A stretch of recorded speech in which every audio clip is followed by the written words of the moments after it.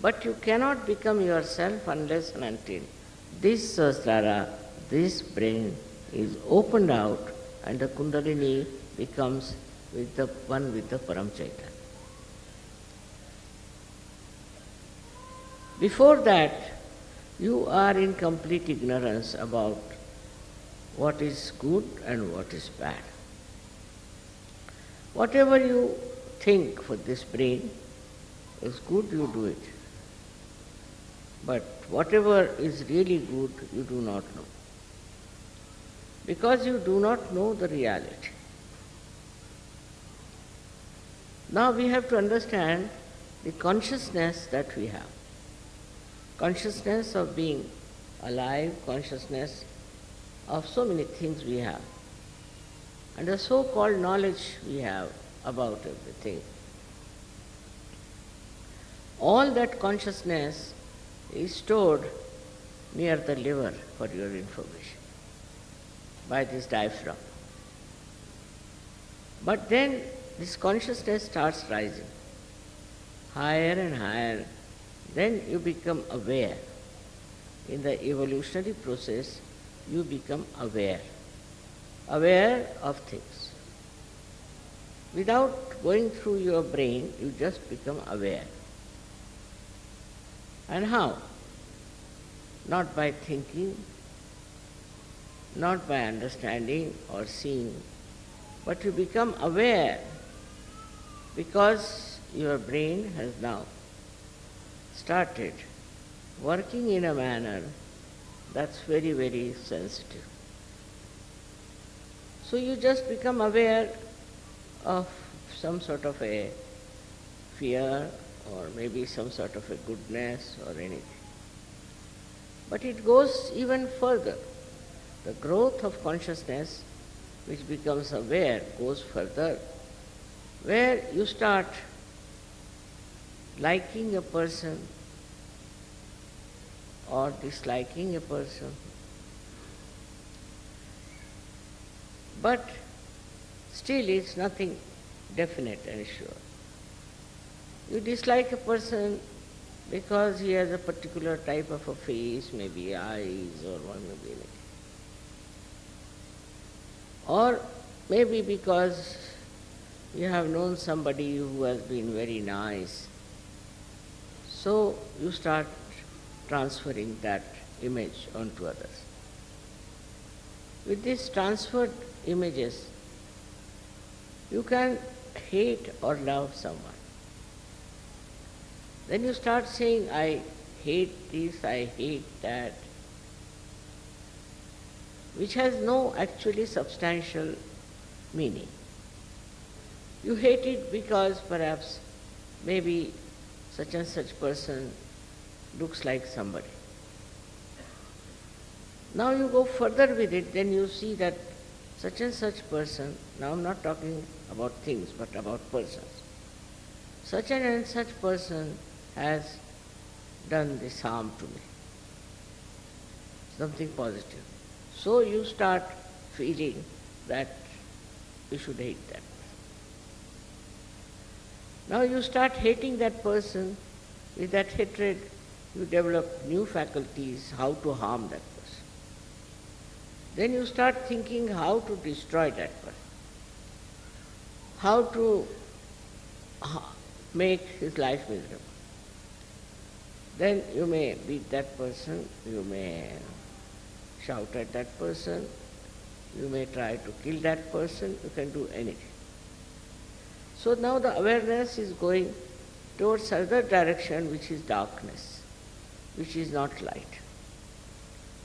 Because in the light you won't do such a thing.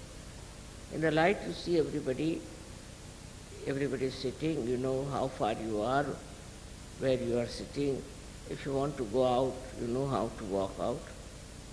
But when in the darkness you are there, you just don't understand. And you go on behaving in a manner which cannot be explained otherwise, except that because you are a human being. Animals don't do that.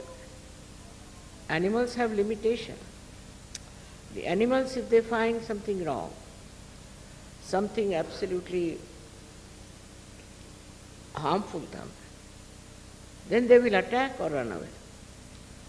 But they do not carry a kind of a hatred or anything, but they can carry the impression of fear, could be of some sort of a harm done to them. But human beings are not like that. Human beings don't have any particular reason as such to hate someone. But why it works out? Because they are involved in their ego. Egoistical person feels that he has a right to do what he wants to do. He can kill anybody, he can bomb anyone, he can do whatever. But a person who is not doing that is the other way around, is frightened, is afraid of someone. Now the awareness moves on. This is a subtler awareness, because if you are afraid of somebody, you would not like to go to his house, you will avoid him in the street. All things you can do. So all this kind of knowledge about other human beings also accumulates in your mind. Then this thing starts working on a collective level. Because you think this group is very bad, they are good, these are bad, they are excellent, like that. It works. In your own mind, you think that somebody has a group and the other group is better or that group is better. And collectively then you start working out your whole temperament, your awareness. Like once people decide that, say, for example, that black people are to be finished. So all the white people can join together. Or like at the time of Hitler, he decided that all other human beings but Germans were useless. So he gathered people around his thought and ideas, and this collective awareness just comes to, I don't know how, but it enters into the minds of men. They never challenge it, they never ask it whether it is correct or not. So this grows more and more and more, and then it becomes like a country-wise, you can say, an awareness of this kind of a feeling.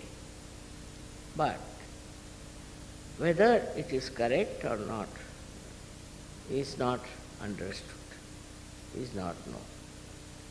So what is important, that you should know reality, you should know exactly what is right and what is wrong. For that, as I told you, there is this great power of Kundalini within. She is the one, she passes through all these centers, enlightens them first. So your awareness gets enlightened. And when she pierces through Sahasrara, she joins you to this all-pervading power, which is knowledge, which is love,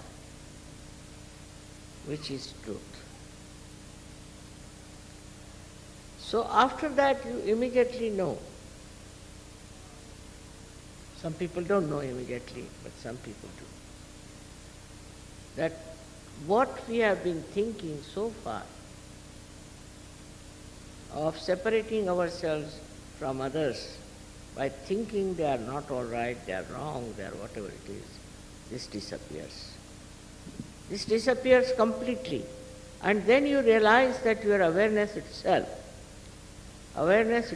is dominated by so many other circumstances. For example, where you were born, what your parents taught you, what experiences you have had. And then you realize that it was all wrong because it's not reality. Whatever feelings you have, whatever ideas you have about another person or about other nation, all of them are not correct. Because now your Sahasrara is awakened, that it is connected now to the all-pervading power. So this starts flowing into you. This, I should say, enlightened awareness. It starts flowing down into your being, in your brain, and then on your nerves. You can feel that awareness. Now, once you want to know about something, whether it is right or wrong, absolute right and wrong, it's not question of relative.